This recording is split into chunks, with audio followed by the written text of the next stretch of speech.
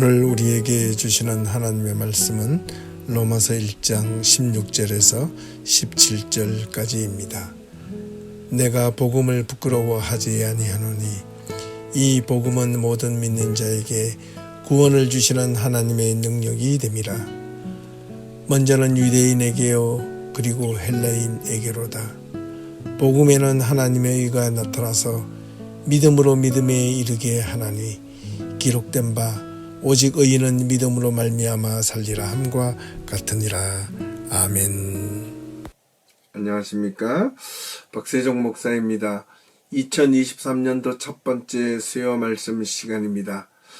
올해부터는 이 수요 말씀 시간에 전해드릴 내용은 지난 주일 예배 때 말씀을 드렸던 주일 설교의 내용을 다시 한 번 더 리마인드하고 재해석함으로, 또 우리가 지난 주일 예배 때 들었던 그 말씀들을 다시 한 번 더 상기하고 또 반복함으로써 우리가 하나님의 말씀을 더욱더 명확히 알고 우리의 삶 속에서 실천하는데 그 중심을 두기 위해서 매주 수요일마다 전해드릴 이 말씀들은 항상 지난 주일 때 말씀드렸던 그 설교 말씀에서 다 하지 못한 그 이야기들을 덧붙여서 계속해서 말씀을 드리고자 합니다.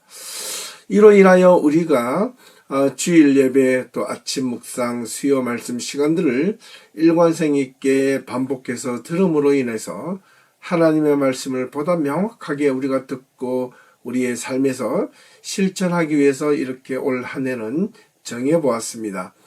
우리 사랑하는 성도 여러분, 이 말씀을 듣고 또 들음으로 인하여 우리가 자칫 잊어버리기 쉬운 하나님의 말씀을 반복하여 들음으로 우리가 더욱더 하나님의 말씀을 가슴에 새기고 우리의 삶 속에 깊이 새김으로 인하여 우리의 삶 속에서 깊이 실천되어질 수 있기를 간절히 소망하며 오늘 말씀을 시작해 보겠습니다.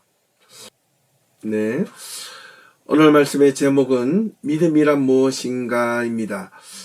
로마서 1장 16절에서 17절 말씀을 중심으로 다시 한 번 더 믿음이란 내용에 대해서 깊게 성찰해 보는 시간을 함께 갖도록 해보겠습니다.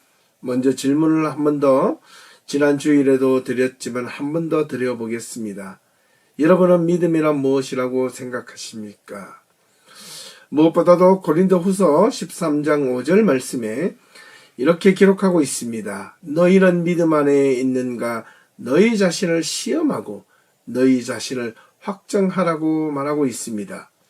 다시 한 번 더, 무슨 말입니까? 믿음 안에 있는지, 믿음 안에 있다는 말은 도대체 무슨 뜻인가? 하나님 앞으로 나아가는 떨림을 의미한다고 했습니다. 그리고 설레임이라고 말했습니다. 믿음은 헬라어로 피스티스인데 확신이라고 대부분 생각할 수 있을지 모르겠습니다. 그렇습니다. 틀린 말은 아니지만 이것만 생각하면 반은 맞고 반은 틀릴 수 있습니다. 점수로 말하자면 50점이라는 말입니다. 낙제라는 말입니다. 나머지 50점이 합쳐져야 완벽한 믿음에 대한 정의를 이해하시고 그 믿음을 온전히 따라갈 수 있을 것입니다. 먼저 앞선 50점에 대한 믿음을 언급해보면 의심하지 않는 것, 확신, 신뢰를 의미합니다. 예를 들면 아내가 또 엄마가 아침에 밥을 차려주고 점심에 도시락을 싸주며 저녁 식탁을 준비할 때 엄마가 아내가 여기에 밥을 차려주는 것을 보고 남편이나 자녀들이 혹 엄마가 음식을 만들며 여기에 이상한 약을 타지 않았을까라고 생각하는 자는 아마 아무도 없을 것입니다. 그렇게 생각하면 음식을 단 하나도 먹지도 못하고 불안해서 살 수가 없을 것입니다. 1차적으로 믿음은 이러한 신뢰를 요구하는 것입니다. 의심하지 않는 것을 의미합니다. 하지만 신앙생활에 있어서 이렇게 의심하지 않는 것을 무조건 믿는 것이라고 생각하면 안 됩니다. 여기서 의심하지 않고 신뢰한다는 것은 그 상대방을 향한 전적인 신뢰, 신용을 담보하고 있는 것입니다.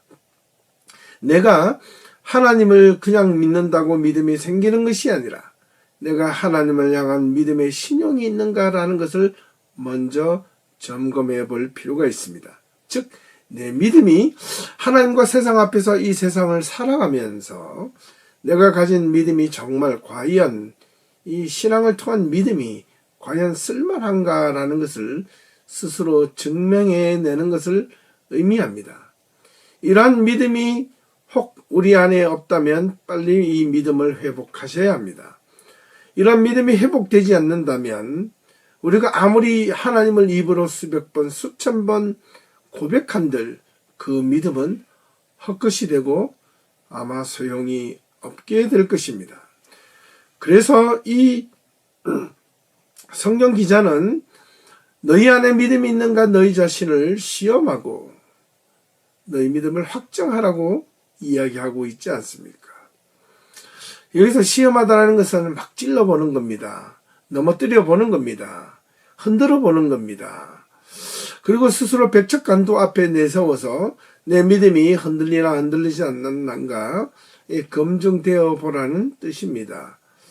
거기서 견디고 이기고 극복하는 자야말로 그 믿음이 진짜인지 아닌지를 구별할 수 있다는 뜻일 것입니다.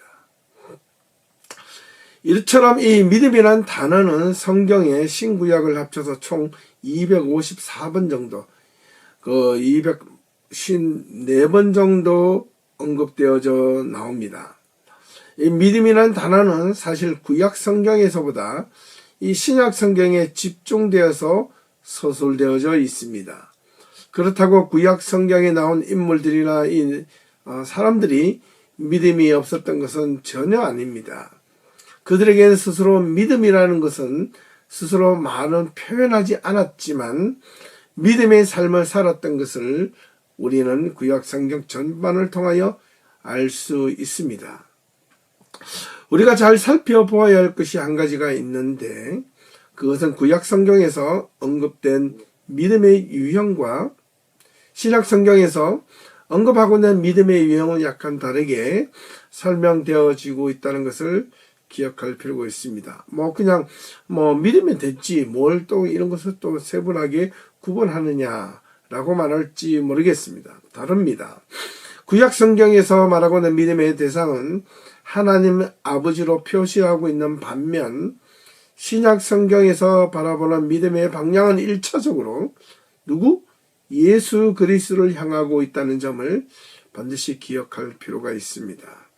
구약 성경에서 아직 예수님이 이 땅에 오시지 않으셨기 때문에 유대인들의 믿음의 대상은 예수 그리스도가 아니라 하나님 아버지 즉 야훼 하나님을 향한 직접적인 믿음이었다는 것입니다.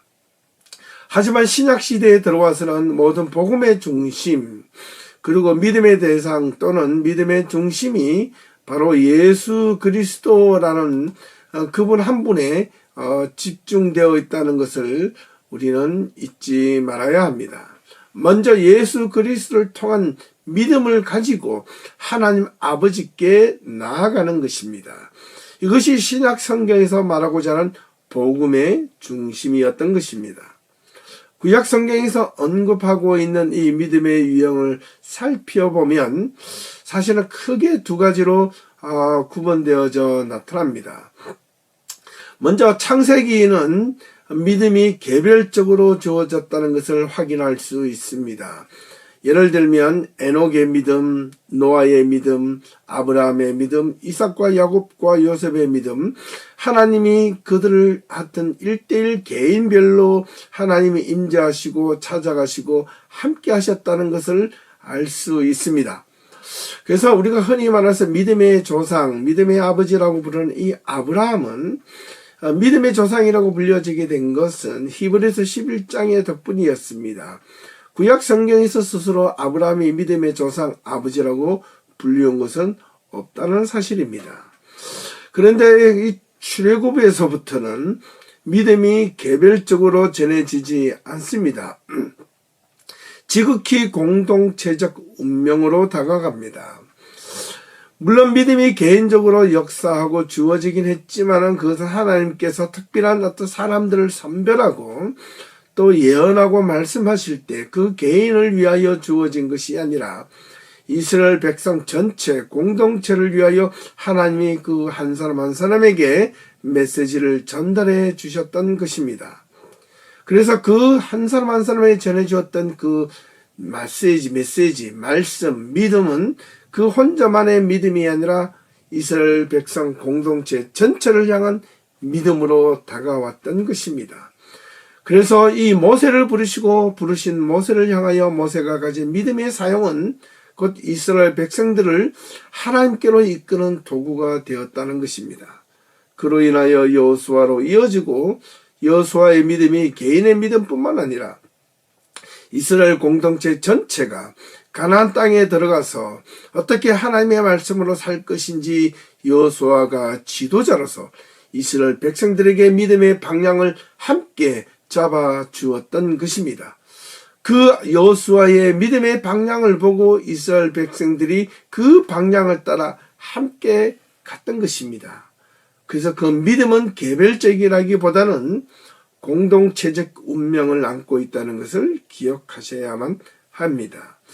또한 이스라엘 백성들이 함께 여호수아가 바라보는 그 믿음을 함께 본 이후로 이스라엘 운명 공동체가 시작되고 사사기 룻기 사무엘상하 이후로 이스라엘 왕조가 생긴 선부터 이상하게 하나님의 말씀, 공동체적 운명, 하나님의 말씀을 향한 지도자의 그 믿음의 방향을 따라 나아가야 되는데 어떻게 된 것이 그 믿음의 방향이 왕 중심으로 이전하면서 오히려 하나님의 예언하신 대로 이스라엘 백성들이 타락하고 억압받고 부패하고 하나님의 믿음으로부터 저버리게 되었다는 것을 구약 성경은 적나라하게 하나도 가감없이 설명하고 있다는 것을 기억할 필요가 있습니다. 이스라엘 백성들 개개인의 믿음이라 생각하지만 그들 한 사람 한 사람의 신앙이 무너지면 공동체적 신앙이 모두가 무너졌다는 것을 기억해야만 합니다.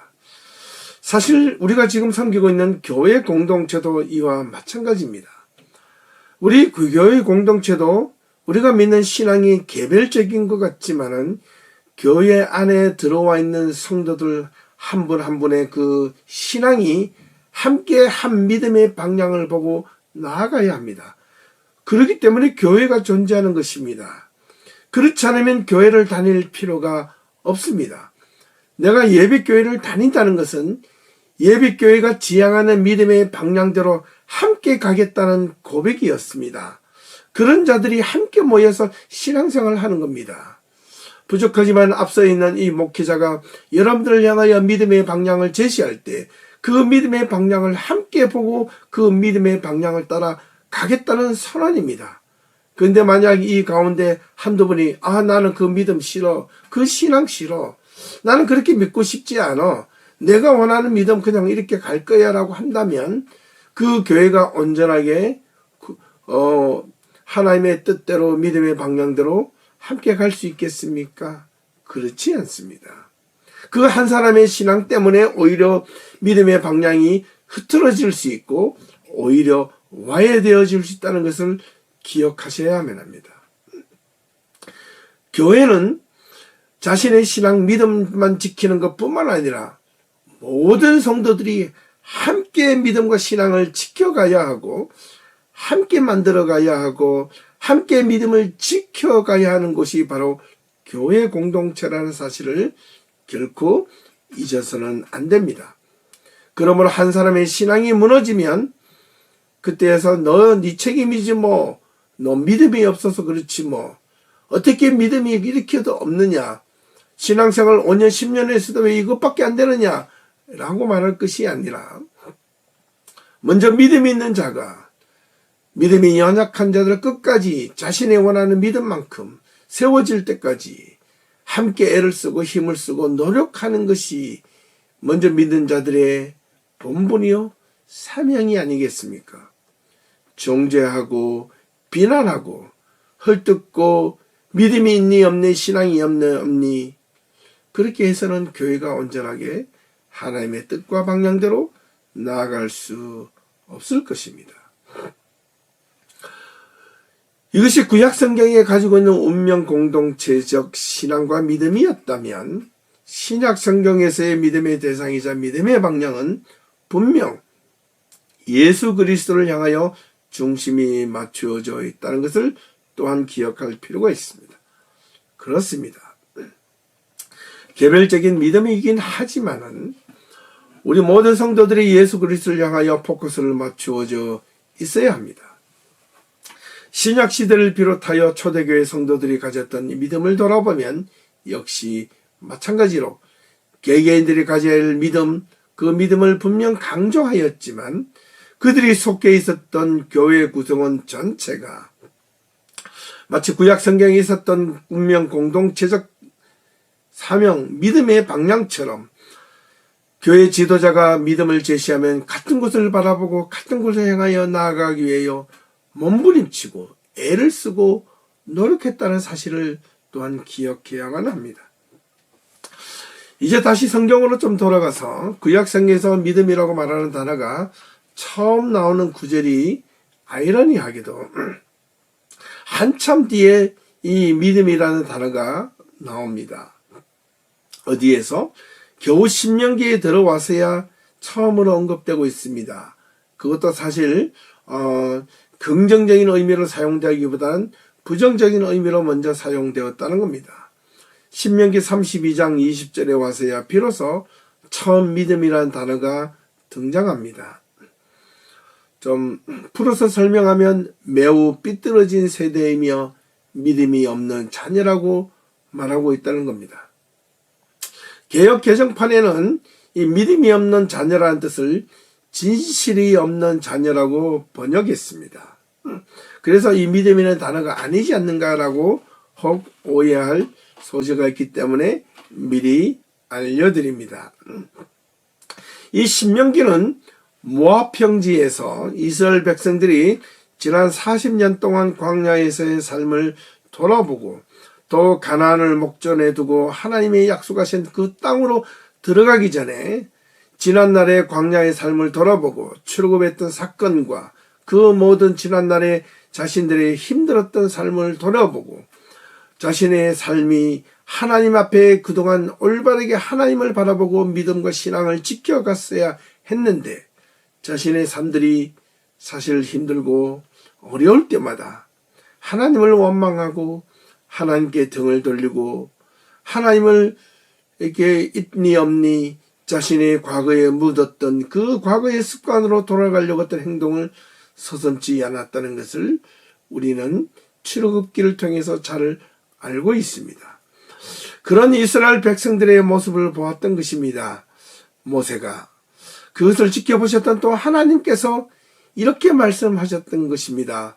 매우 삐뚤어진 세대이며 믿음이 없는 자녀들이라고 말입니다.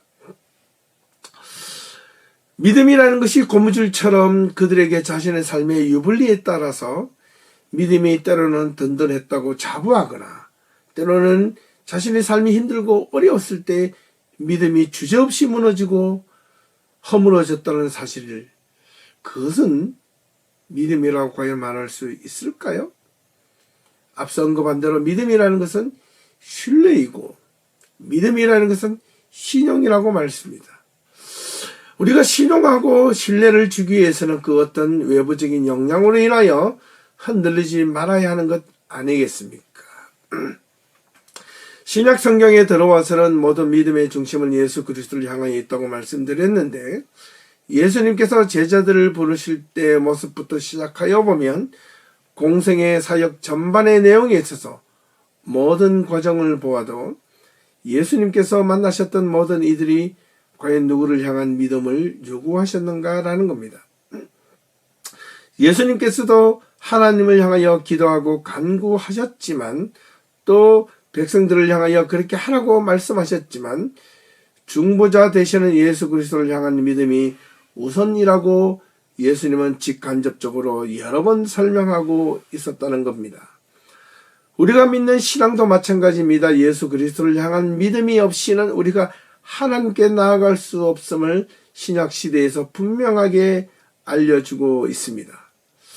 그래서 요한복음 14장 6절 말씀에 예수께서 내가 곧 길이요 진리요 생명이니 나로 말미암지 않고는 아버지께로 올 자가 없다고 말씀하고 있지 않으셨습니까? 신약 성경에서 말하고 있는 이 믿음에 대해서 다시 한 번 더 살펴볼 필요가 있는데요. 신약 성경에서 말하고 있는 이 믿음은 아주 다양한 방식으로 믿음에 대해서 설명하고 있는데 그 중에 한두 가지만 살펴보겠습니다. 먼저 에베소서 2장 8절 말씀을 보면 너희는 그 은혜에 의하여 믿음으로 말미암아 구원을 받았으니 이것이 너희에게서 난 것이 아니요 하나님의 선물이라고 힘주어 말씀하고 있습니다. 그 은혜로 말미암아 믿음으로 얻었다. 그 은혜로 인하여입니다. 그 은혜는 바로 하나님의 은혜입니다. 믿음이 없이는 하나님을 기쁘시게 못한다는 이 말이 제가 하나님의 은혜 없이는 하나님을 기쁘시게 또한 할 수 없다라고 제가 지난주일날 말씀드린 바가 있습니다. 바로 이러한 이유 때문입니다. 하나님의 은혜로 말미암아 하나님의 능력으로 하나님의 손길로 말미암아 하나님의 도우심으로 말미암아 믿음이 생겼다는 겁니다. 제가 어제 목상에서도 말씀드렸지 않습니까? 믿고 싶어도 안 믿어지는 것은 어쩔 수 없습니다. 그리고 안 믿어져야만 되는데 믿어지는 것도 어쩔 수 없는 불가항력적인 사실입니다. 믿고 싶은데 안 믿어지는 것, 그거 어떻게 해야 합니까? 똑같이 안 믿어져야만 되는데 믿어지는 것, 이것 또한 어떻게 해석을 할 수 있겠습니까? 저는 그것이 맹신이나 맹목이 아니라 바로 믿음이라는 겁니다. 하나님의 은혜라는 사실을 기억해야만 합니다. 그래서 몇 번이고 믿음에는 은혜가 없이 믿음을 수 없다라는 말씀을 계속 드린 적이 있었던 겁니다. 누군가가 믿음을 증명해 보라고 말을 한다면 여러분 어떻게 무엇으로 여러분이 가지고 있는 그 믿음을 증명해 보이시겠습니까? 우리가 하나님을 믿는다는 것을 무엇으로 증명해 보일 수 있겠습니까? 라는 말이기도 합니다. 우리가 예배 드리는 모습으로, 우리가 기도하는 모습으로, 우리가 성경을 많이 읽는 모습으로 그것 가지고 믿음이 증명되었다라고 말할 수 있겠습니까? 과연? 저는 그렇지 않다고 생각합니다. 오히려 믿음을 내가 가지고 있는지 없는지 무엇으로 보여질 수 있는가라는 것은 그것은 또한 우리가 성도들이 함께 모여서 교회를 크게 지어놓고 거기에 예배당 안에 들어가서 아주 세상 사람들은 멋지게 건물을 지어놓고 그 안에 많은 성도들이 들어가서 힘차게 예배 드린다고 믿음이 반드시 증명되는 것은 아닙니다. 하나님을 향한 믿음, 예수 그리스도를 향한 믿음의 증명은 사실 하루아침에 증명되는 것이 아니기 때문에 그렇습니다. 우리의 삶 속에서 그리스도의 말씀이 육화가 되고 내가 그 말씀을 따라 치열하게 하루, 이틀, 한 달, 1년, 때는 10년, 20년, 30년을 살아가는 가운데 그 모습이 일관성 있게 나타날 때마다 그때서야 비로소 믿음이 증명된다 할 수 있겠습니다. 또한 짧게는 내 삶의 고난이나 환난이 있을 때 그것을 어떻게 대처하느냐에 따라서 내 삶의 방식에 따라서 믿음이 증명될 수 있을 것입니다. 이러한 믿음을 온전하게 가지기 위해서 우리는 믿음을 가지기 위해서 세 가지 준비가 필요합니다. 그 첫 번째는 믿음이 무엇인지 반드시 알아야 하지 않겠습니까? 믿음의 대상이 누구인지 알아야 하는데 무엇으로 알 수 있겠습니까? 그것은 바로 성경, 하나님의 말씀이 우선입니다. 로마서 10장 13절 14절 말씀에 보면 누구든지 주의 이름을 부르는 자는 구원을 받으리라. 그런즉 그들이 믿지 아니하는 이름 어찌 부르리요? 듣지 못한 이를 어찌 믿으리요? 전파하는 자가 없이 어찌 들으리요? 라고 말하고 있습니다.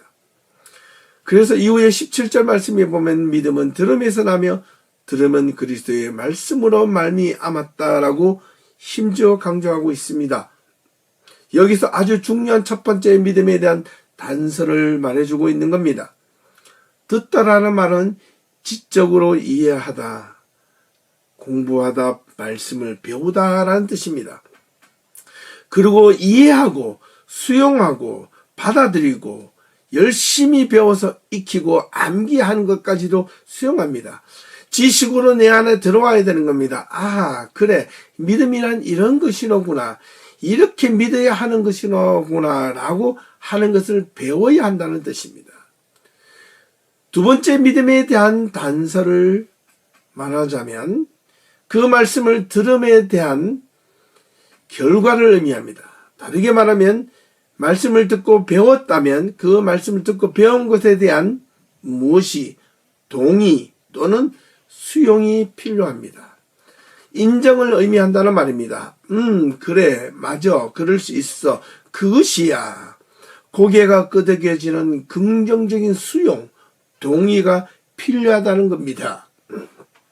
이것은 전적인 수용입니다. 내가 필요할 것은 수용하고 필요 없는 건 버리고 내가 원하는 건 받고 내가 싫은 것은 버리는 그런 믿음의 수용이 아닙니다. 다르게 표현하면 말씀을 열심히 끝까지 듣고 배우고 그것을 익히고 그 다음에 깨달음이 있어야 한다는 겁니다.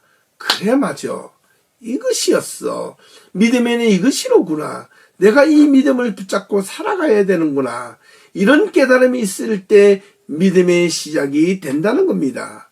그 믿음의 시작이 없고 그냥 어릴 때부터 믿었고 그냥 주어졌고 습관적으로 신앙생활을 하고 믿음이 있다라고 말을 한다면 그 믿음은 껍데기일지 모릅니다. 습관일지 모릅니다. 믿음이 아닐 수 있습니다. 깨달음이 없는 믿음은 결코 우리에게 온전하지 않는다는 것을 반드시 기억하셔야만 합니다. 세 번째 믿음을 갖기 위한 중요한 단서는 첫 번째는 어떻게 배우고 배달은 그 말씀을 두 번째 수용하고 인정하고 용납하는 것이라고 말씀드렸다면 마지막 세 번째 중요한 믿음의 단서는 수용하고 깨달았고 그것을 수용했다면 그 다음에 그것을 하나님을 향한 신뢰, 의지의 표현까지 있어야 되는 겁니다. 다르게 말하면 위탁이자 또한 내 삶에 대한 말씀을 가지고 믿음을 통하여 실천해 가는 겁니다. 살아내는 것입니다. 하나님의 말씀을 듣고 배우고 까달아서 고개가 끄덕여지고 수용되어졌을 때 내 마음에 변화가 일어난다면 그 변화된 마음으로 내가 어떻게 세상을 살아가고 싶을 것입니다. 그 변화된 마음이 일어난다면 비록 우리 눈에는 보이지 않을지라도 하나님을 신뢰하게 되고 하나님을 의지하게 되며 하나님께서 자신에게 의탁하게 되는 것입니다. 그리고 하나님의 말씀대로 살아가고 싶어집니다. 힘들다고 포기하고 또 잘된다고 하나님 감사합니다라고 이렇게 주절주절할 것이 아니라는 겁니다. 묵묵히 믿음 안에서 그 삶을 살아내는 겁니다. 그것이 진정한 믿음입니다. 그런 묵묵히 삶으로 실천해 나가는 삶의 모습을 보고 저 사람이야말로 진정한 믿음이 있는 사람이라구나 라고 말할 수 있다는 겁니다. 누가? 하나님이 굳이 아니시더라도 믿지 않는 사람들이 그 사람을 향하여 저 사람이야말로 신앙이 있는 사람이고 믿음 있는 사람이 아닌가라고 부러워하고 그들의 믿음을 따라가고 싶어 할 정도로 그 믿음이 변화되어져야 한다는 사실입니다. 이러한 세 가지 현상이 일어날 때 하나님께서 우리에게 믿음이 있는 것이고 믿음의 생활을 할 수 있는 것이고 그 믿음이 우리를 이끌어가게 하는 신앙생활이 되게 하는 것입니다. 다시 말하지만 이러한 믿음을 가진 자체가 바로 하나님의 은혜임을 또한 고백하게 하는 자입니다.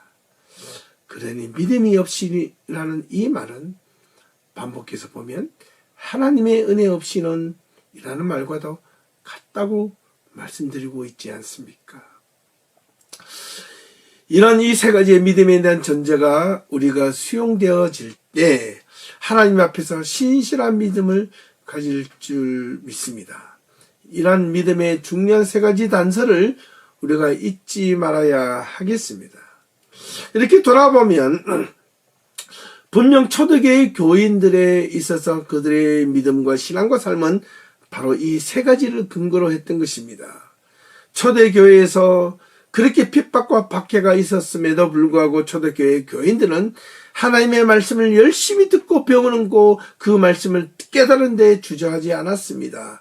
많은 시간을 통해서 하나님의 말씀을 배웠고 또 깨닫고 그 말씀을 마음으로 수용했고 믿음했고 인정했고 그리고 나아가서 그들은 삶 속에서 그 말씀을 따라 실천하려고 몸부림쳤다는 것입니다. 그 삶 속의 믿음을 지키기 위해서 목숨까지도 담보되어져야만 했던 것이 초대교회 성도들의 삶이었다는 겁니다. 그들은 삶의 고난 때문에 때로는 믿음에 배교하거나 저버리는 교인들도 있었지만 신실한 초대교회 성도들은 이러한 연약한 믿음을 가진 성도들을 향하여 결코 믿음이 있다 없다 정죄하지는 않았습니다. 하지만 다시 교회 공동체로 들어올 때 새로운 다짐을 받아야만 했습니다. 왜냐하면 교회 공동체의 질서를 깨트리지 않기 위해서 말입니다. 그러므로 믿음도요, 교회 안에서는 질서 있는 믿음이 필요합니다. 하이라키 시스템, 계급적인 질서가 아니라 교회 공동체의 질서를 위해서 믿음을 가지고 혼자 이렇다 저렇다 나는 이런 믿음이기 때문에 이걸 포기할 수 없어라고 무조건적으로 주장해서도 안 된다는 것입니다. 교회에서 질서가 필요하다는 것은 규범이 필요하다는 겁니다. 룰이 필요하다는 겁니다. 그래야 공동체가 온전하게 한 방향으로 교회 지도자가 믿음은 이런 것입니다. 이런 믿음으로 함께 가십시다 라고 제시했을 때 한 교회 공동체가 그 방향으로 일사불란하게 행할 수 있고 나아갈 수 있어야 하는 것이 참된 교회 공동체라는 사실을 결코 잊어서는 안 될 것입니다.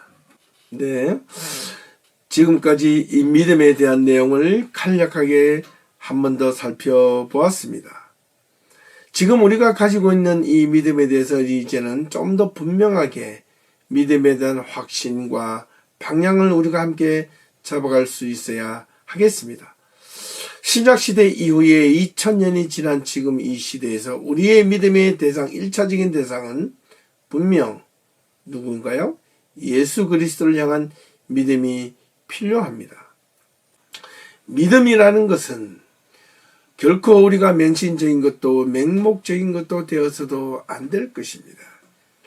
히브리서 11장에 보면 믿음은 바라는 것들의 실상이요 보지 못하는 것들의 증거라고 말씀하고 있지만 그 믿음은 결코 맹신이라 맹목적인 것이 아니라 오늘 말씀을 드린 바 있는 것처럼 세 가지 중요한 단서, 믿음을 온전한 믿음을 얻기 위해서 먼저 하나님의 말씀을 올바르게 배우고 두 번째는 그것을 깨닫고 수용하고 세 번째는 그 말씀을 따라 실천하고 살아갈 때 믿음이 완성이 되고 온전해진다는 것을 결코 우리 예배교회 성도님들은 잘 숙지하고 그것을 따라서 믿음을 세워갈 수 있기를 간절히 소망합니다. 오늘 말씀을 여기서 마치고 다음 주에 찾아뵙도록 하겠습니다. 남은 한 주간 동안 하나님의 은혜 안에서 믿음이 더욱더 든든해지기를 간절히 소망하며 인사를 드리겠습니다. 샬롬.